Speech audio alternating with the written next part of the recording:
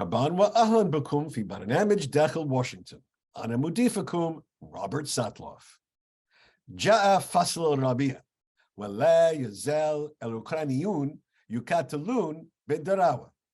لقد نجت أوروبا من فصل الشتاء الذي خاف فيه الجميع من استعمال روسيا لسلاح موارد الطاقة لإجبار أوروبا على التوقف عن دعم أوكرانيا. جميع المراقبين ينتظرون هجوم روسيا ليروا ما إذا كانت أوكرانيا ستتمكن من الحفاظ على نجاحها المستمر منذ العام الأول للحرب. جو بايدن يقف جنبا إلى جنب مع الرئيس الأوكراني وسافر سرا إلى العاصمة الأوكرانية ليؤكد أن مسير إدارته مرتبط مباشرة بمسير أوكرانيا. ما أهمية دعم أوكرانيا بالنسبة للمصالح الأمريكية؟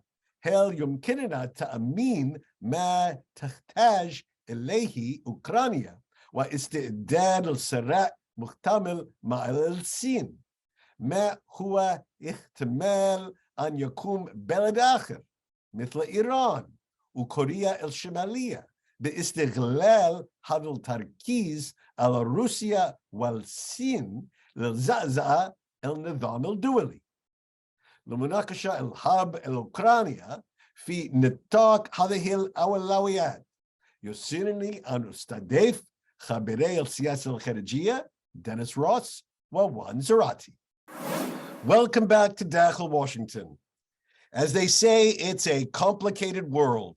President Biden flies right into the middle of a war zone. The president of China calls out America and warns against a coming confrontation.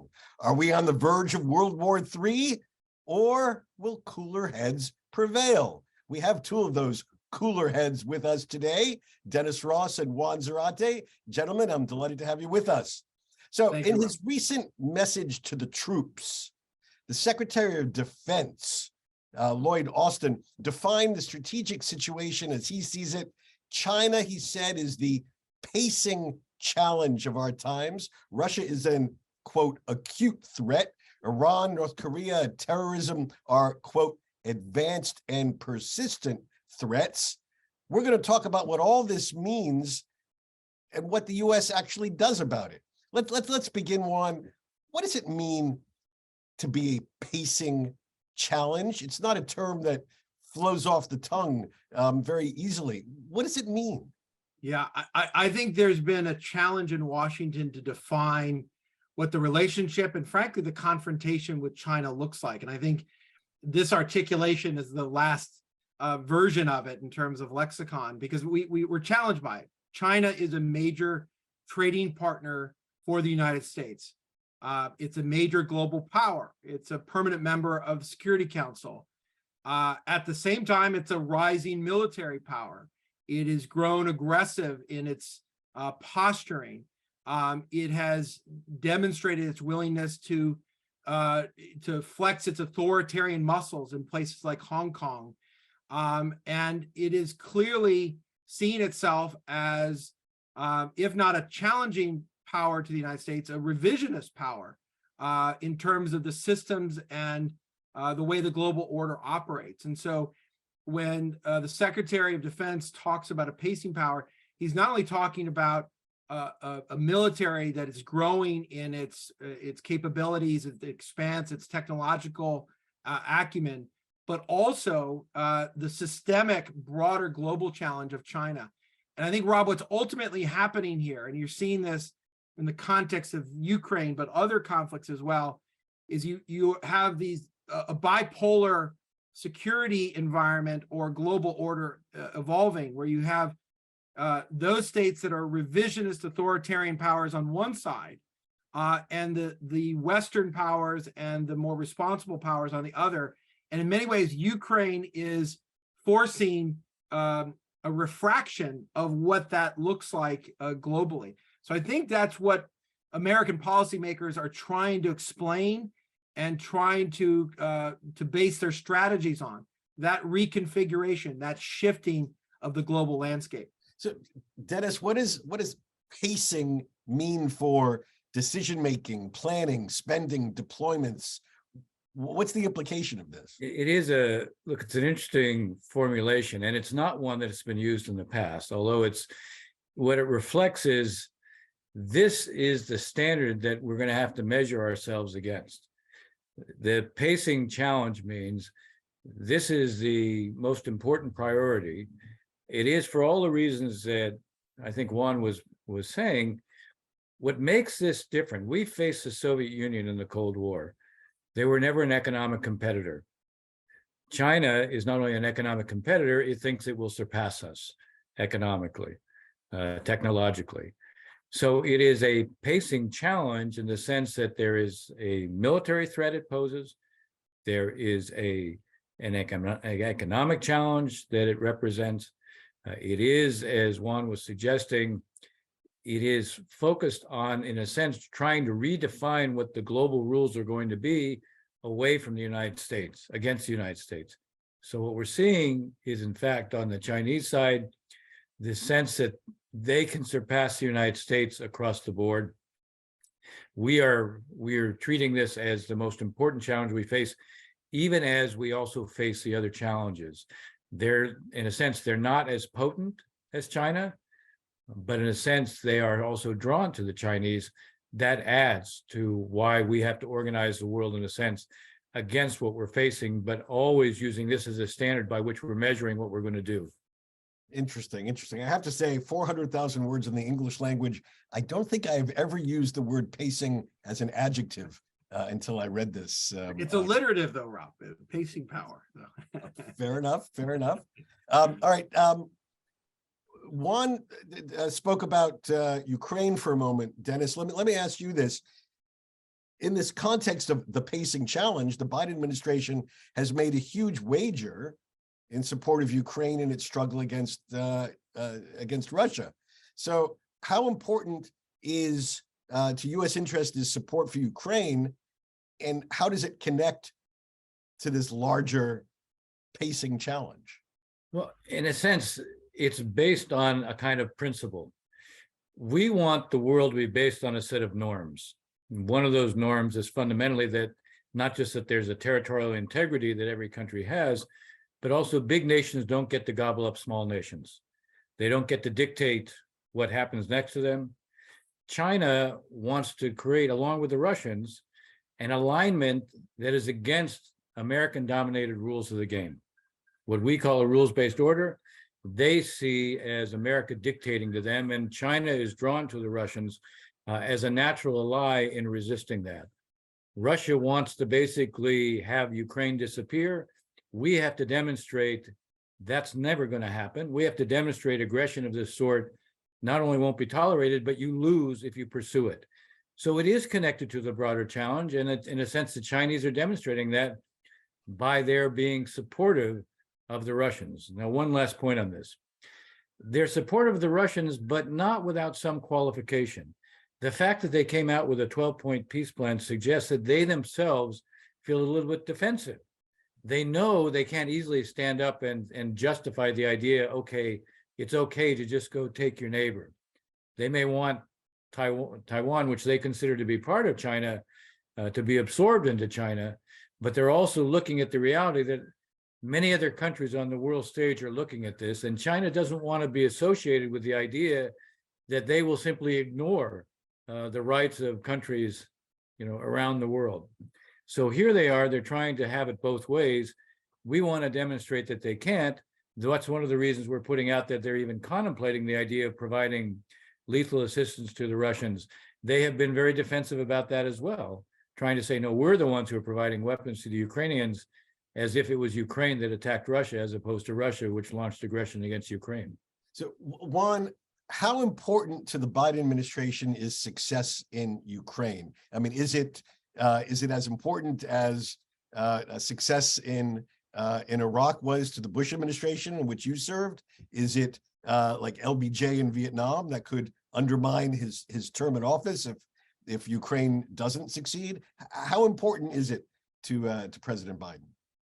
Well, I think it's become critical in terms of the foreign policy posture of the administration and where that places the United States strategically in the long term, for all the reasons Dennis just articulated so well. The difference here from, let's say, Iraq or Vietnam historically is you don't have American troops involved. You don't have the American military on the ground investment of manpower and American blood being spilled. So there's less direct sort of political impact. But I think by the end of the Biden administration, we will look back and say that this is, along with the Afghanistan withdrawal, the defining feature of the Biden foreign policy.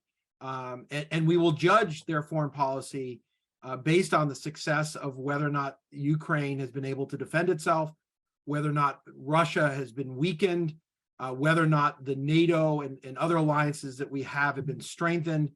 And to Dennis's point, whether or not others around the world, especially China, see that the wanton use of force against neighbors in this way will meet with international reproach, and that what had been growing as the age of impunity in the use of power has been beaten back on the grounds of Ukraine in the fight against Russia. So there is a lot strategically at stake here for not just the Ukraine, not just Europe, but the Biden administration in the U.S.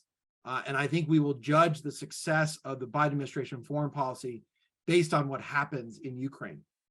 And Dennis, how important was Joe Biden's own personal visit to Kiev? It was actually quite a remarkable visual. I think it was huge.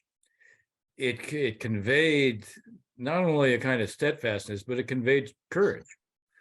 You know, here is the President of the United States going into a war zone, something that I'm sure there were those around him who were quite nervous about.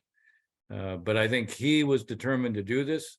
He was determined to do it on the eve of the one-year anniversary of the war. This was a symbolic manifestation of the American commitment and of his personal commitment. I think it made him look very good and strong as a leader. I think Juan is completely right. Ultimately, the success of this administration's foreign policy will be determined by whether or not we are able to do enough to help ensure that the Ukrainians, who after all are fighting this war on their own, have the means to be able to resist the Russians and ultimately inflict losses on them. Look, I call Vladimir Putin now the master of miscalculation, because every single thing that he anticipated was going to happen in Ukraine as a result of going into Ukraine, exactly the opposite is taking place, and he is turning Russia into a diminished power. Now, his stakes are very high, but so are ours, because a great deal is riding on this. And Juan used a term that I think is very important. There cannot be a kind of impunity when you use aggressive force this way and try to erase your neighbor. There has to be a demonstration that you lose when you do that. It sends a message to everybody else who might be contemplating that. All right, when we come back after the break, I'm going to ask Juan, are we doing enough fast enough to have the Ukrainians win the war? And what does winning really mean? We'll come back and discuss this in just a moment.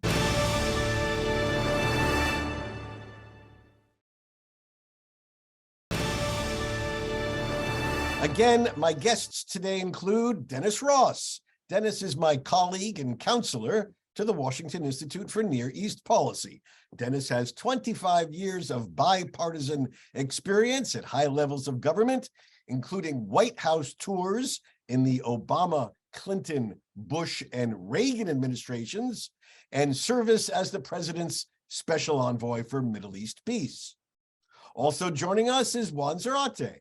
Juan, one of our nation's leading national security experts, is global co-managing partner of K2 Integrity, a risk management firm. He's also chairman of the Center on Economic and Financial Power and senior national security analyst for NBC News. Juan served in the George W. Bush administration, holding the titles of Deputy Assistant to the President and Deputy National Security Advisor for combating terrorism. So Juan, are we doing enough fast enough to see Ukraine through to victory?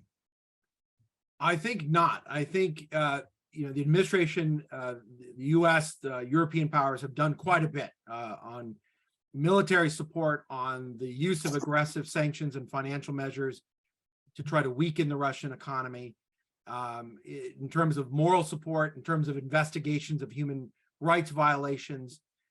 Interestingly, Rob, after the president visited Kyiv, by the way, Secretary Yellen and the Attorney General of the U.S.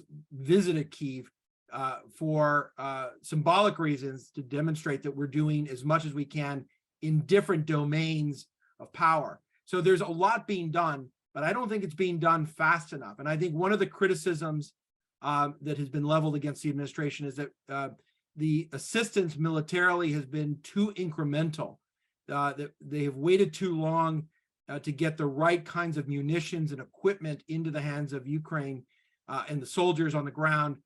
And there's been too much of a debate cycle around what systems, what equipment to send in. Now, the defense of this is you don't want to send equipment that can't be used, that won't be able to be maintained, that may not be relevant to the conflict. And so you can't just send all types of equipment all at once. On the other hand, it's not clear to me that the administration fundamentally, from the start, had the attitude that we are going to help the Ukrainians win this war. I think the posture has changed over time in light of how the Ukrainians have been able to defend themselves. In the first instance, I think it was about Ukrainian survival and defense of Kyiv. It has then become more about allowing the Ukrainians to sustain themselves and to defend themselves. And then we've had more discussions about allowing and helping the Ukrainians to win the war against Russia. I think we've gotten to that last stage of the discussion a bit late. And I think the posturing in terms of the support that's been provided has followed at pace in a way that's been a little less urgent than is necessary.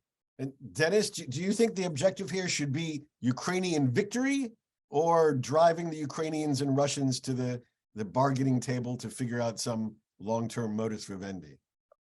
I think it's difficult to define victory in what might be a traditional military sense. Can Ukraine completely defeat the Russians and not only take back all the territory that the Russians seized, but also go and take Crimea? I think that's difficult. Can they inflict a price on the Russians that's so high that at a certain point Putin looks for a way out? I would say that is a victory. We're clearly not there yet. Putin still believes that he will win through a war of attrition, that he will wear them down, that eventually the Europeans will tire of providing support, that the US itself will not be able to sustain it. When he sees certain leading Republican figures talk about no blank checks for Ukraine, when he sees, people like Marjorie Taylor Greene saying that Ukraine should be negotiating peace, not pursuing war, as if they were the ones that launched the war, he takes comfort in that. So I think he will continue to miscalculate. I think it is possible for us to help the Ukrainians with enough material, provided more rapidly, as Juan said. I think one of the mistakes has been we have been way too incremental. And it was driven initially by the fear, frankly, that we were worried that we would drive Putin to use nuclear weapons. I understand the fear. I don't think you ever put someone who has nuclear weapons in the corner, but Putin has also behaved in a way that suggests he's more calculating and careful than one might think. This collection of threats all at the same time facing us. Lots to discuss. Thank you so much, Juan and Dennis, for joining me this week on Dakhel, Washington. For about 20 years, I lived in the District of Columbia. Most people know the district, or DC, as the home of the White House, Congress, and the National Mall. But DC is much more than just the mall and the seat of government of the United States. It is also home to about 750,000 people, the vast majority of whom live their lives oblivious to the power couple that lives at 1600 Pennsylvania Avenue and all the other important and self-important people who make this the capital of the free world. Those 750,000 people live in an odd political void. According to the Constitution, the district is a special territory under the control of Congress. Its people vote in presidential elections, but the district is not a state with representation in the House and Senate. Under the principle of home rule, the city does have a mayor and a city council, but the laws they pass are subject to the disapproval of Congress, which has the right to reject what the city council believes is in the best interests of its voters. Echoing the words of our founding fathers who protested against colonial rule by the British Parliament 3,000 miles away, license plates on cars in the district bear the motto, taxation without representation, because district residents pay taxes, but unlike other American citizens, they lack a vote in Congress to reflect their views. In recent decades, the Democratic Party has taken up the call of a majority of district residents to demand full statehood. For the most part, the Republican Party opposes this, both on constitutional grounds and for the practical political reason that the district, which has a large Black population and votes overwhelmingly Democratic, would almost certainly add seats to the Democratic caucus in both houses of Congress. There have been some creative ideas to solve this problem, perhaps by adding a congressional seat to a very red state like Utah, but so far none of these ideas has caught fire. Now, why am I going on about this? Because DC home rule has burst into the headlines in recent days with the unusual story that President Biden, leader of the Democratic Party and strong advocate of DC statehood, said he would let stand a congressional veto of an overhaul of the district's criminal code approved unanimously by the local city council, thereby delivering a major blow to the idea of home rule. Now, why would Biden choose to align with Republicans and not stand with the unanimous vote of the DC City Council? The answer is because some of the revisions to the criminal code include updating sentencing rules that lower jail time for certain high-profile crimes. Though these changes only bring the code in line with rules around the country, the message that some took, mistakenly in my view, is that the revisions end up being, quote, soft on crime. And in the current political environment, no one, not the mayor of DC, who opposes her own city council, or the president of the United States, wants to be soft on crime. The result is outrage here in DC that Biden chose current politics over principle. Now, I have sympathy for both sides here. The outrage of DC residents is legitimate and justified. At the same time, presidents have to prioritize, and avoiding the charge of being weak on crime may be essential to Biden's reelection, which is, of course, the prime directive for any Democrat. I hope the DC Council fixes the revisions so that they can be immune from the weak on crime accusation, thereby earning Biden's support. But the story of the district's odd man out status in American politics isn't going away anytime soon. وصلنا إلى ختام هذه الحلقة من برنامج داخل واشنطن. إن كان لديكم أسئلة أو تعليقات حول البرنامج وبالأخص بشأن الجدال السياسي المحلي حيال دعم أوكرانيا، تواصلوا معي رجاءً عبر تويتر على هاشتاج Inside Washington أو راسلوني مباشرة على الرابط @RobSatloff. إلى اللقاء في الأسبوع القادم، حتى ذلك الحين شكرا وإلى اللقاء.